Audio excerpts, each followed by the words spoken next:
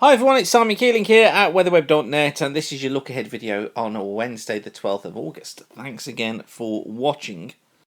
Now before we kick off, I put this picture out on Twitter and Facebook earlier on today asking you what on earth this little critter was. Loads of you got back to me and told me it's actually a hawk moth caterpillar.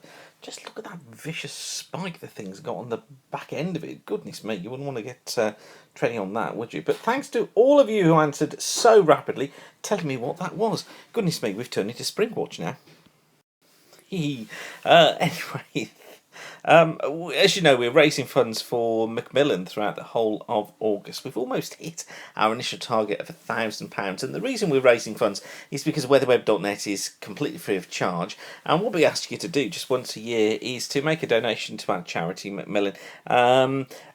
Just as recognition that you've not paid a thing for Weatherweb through the year, and this is a chance just for us to put something back in and to support the work of Macmillan, which, as I'm sure you know, is a fantastic charity, particularly if you've been affected by cancer or you know somebody who has. You'll know just how vital the Macmillan support is when you're so desperate for information.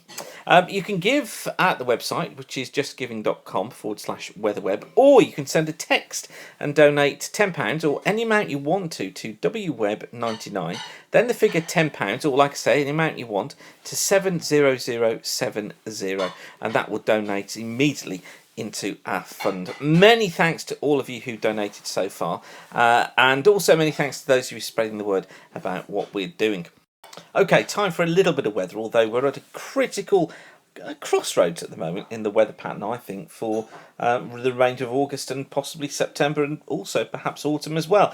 So far, this is how things have looked through August. This is from the excellent site of Karsten Haustein, and you can see here, look how warm it's been across central and eastern parts of Europe, running down into Africa. Cooler weather though across the eastern parts of the States, much warmer than normal across southern Brazil, Paraguay, Uruguay, and across the far northern parts of Argentina.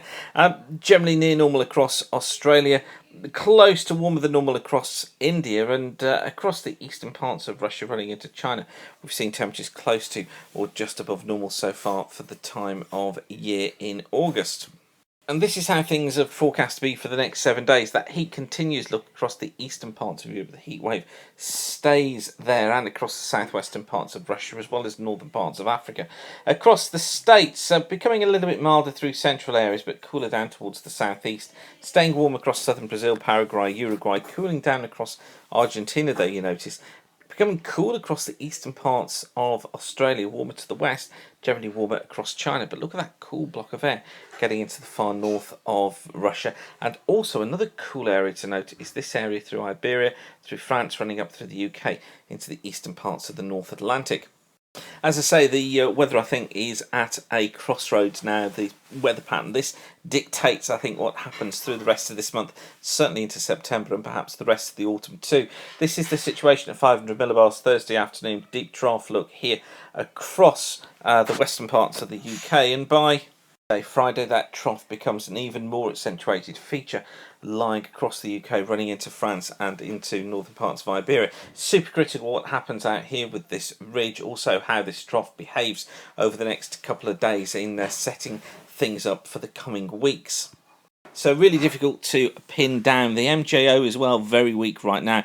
This is from Carl McRitch's site, and it shows this going through phase 7, through phase 8, perhaps weekly back into phase 1 during the next 4 weeks.